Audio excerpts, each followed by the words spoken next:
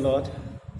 ప్రభు అయిన యేసుక్రీస్తు నామమున ఈ కార్యక్రమమును వీక్షిస్తున్న మీ అందరికీ శుభములు తెలియపరుస్తూ ఉంటాను. విజన్ క్యూటీ ఫెలోషిప్ వారి యేసుతో ఏకాంత సమయం ఈ మౌన ధ్యాన కార్యక్రమమునకు మిమ్మల్ని అందరినీ ప్రేమతో ఆహ్వానిస్తూ ఉంటున్నాను. ప్రతిరోజు మనం దేవునితో వ్యక్తిగతంగా సహవాసం చేయటం ద్వారా మన ఆత్మీయ జీవితంలో మనం మరింత బలపడుతూ ఉంటాం. ప్రత్యేకంగా ఈ క్లిష్ట సమయాల్లో, ఈ విపత్కర పరిస్థితిలో మన హృదయం కలవరపడకుండా ఉండటానికి, అధైర్యపడకుండా ఉండటానికి, మన మనసు ఆందోళన చెందకుండా ఉండటానికి మనం ప్రభుతో సహవాసం చేయాలి. ఆయన సన్నిధిలో మనం సమయం గడిపితే మన ఆధ్యాత్మిక జీవితంలో ఎంతో మనం శక్తిని పొందుకుంటాం. మన విశ్వాసం బలపరచబడుతుంది, మన ఆత్మీయత పెరుగుతుంది. మనం ఏ విషయంలో కూడా కంగారు పడకుండా ప్రభు వైపు చూస్తూ ముందుకు సాగడానికి ఈ యొక్క ధ్యాన సమయం మనకెంతగానో దీవెనకరంగా ఉంటుంది. కాబట్టి ప్రతిరోజు కూడా మీరందరూ వ్యక్తిగతంగా ప్రభుతో సహవాసం చేయాలని ప్రభు పేరిట మరొకసారి మీ అందరికీ జ్ఞాపకం చేస్తూ ఉంటున్నాను.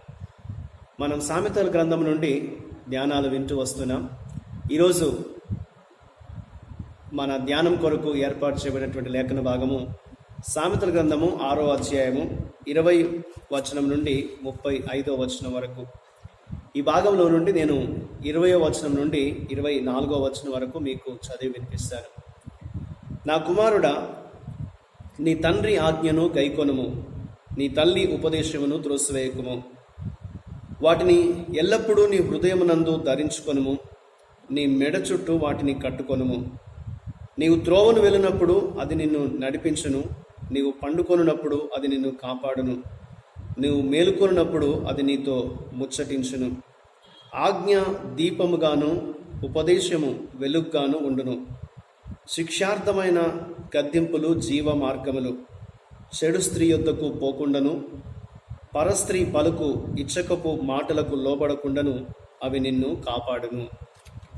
ఈ వాక్యాన్ని ఆధారం చేసుకొని మనం ఏర్పాటు చేసుకున్న అంశం ఏదనగా శోధనను తప్పించుకునే జ్ఞానం.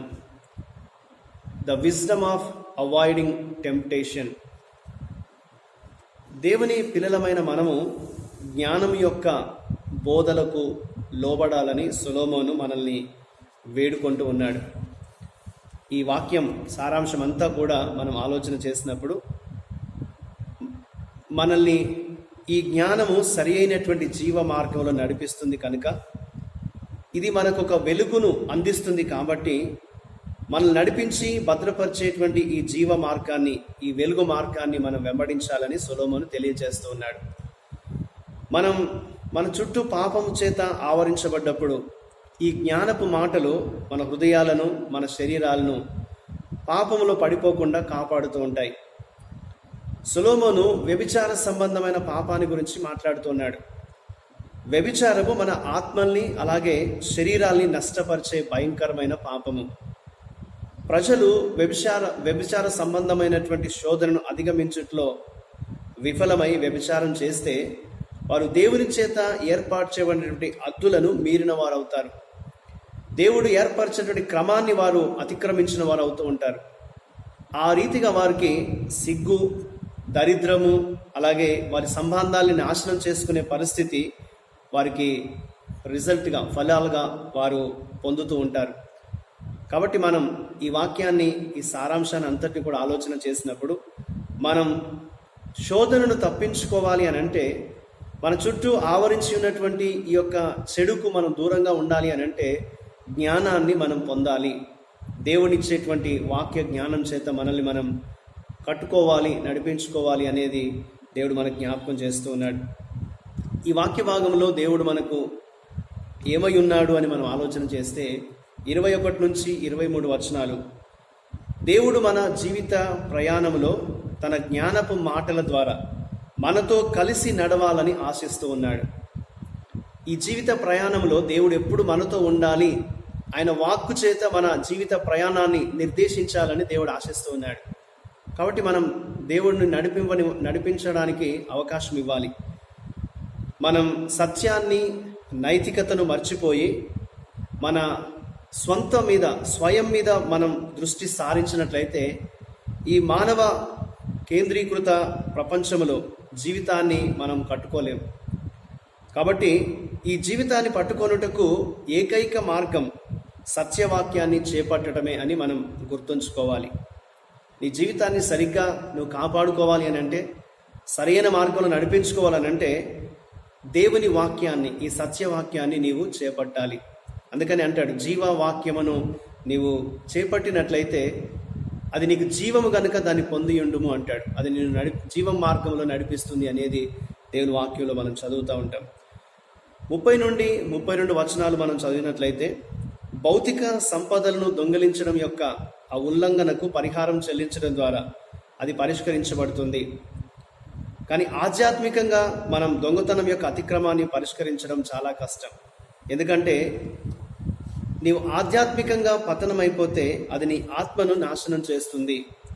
ప్రపంచంలోని లైంగికపరమైన వికృత కదలికలను, వాటికి సంబంధించినటువంటి ఆలోచనలు, వాటికి సంబంధించినటువంటి అలవాట్లను మనం ఏమైనా కలిగి ఉంటున్నామా అని మనల్ని మనం ప్రశ్నించుకోవాలి. లేకుంటే వాక్యానుసారమైనటువంటి జీవితాన్ని జీవిస్తూ ఉన్నామా అని మనం ప్రశ్నించుకోవాలి.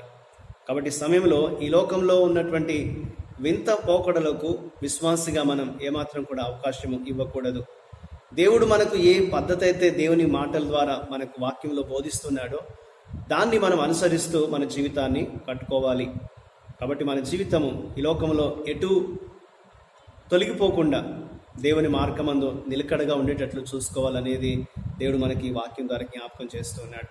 కాబట్టి ఈనాటి ఈ యొక్క ధ్యానం ద్వారా మనం నేర్చుకోవాల్సిన పాఠం ఏంటంటే, ఈ లోకములో మనం ఎల్లప్పుడూ కూడా దేవుని జ్ఞానపు మాటల ద్వారా మన జీవితాన్ని నడిపించుకోవాలి.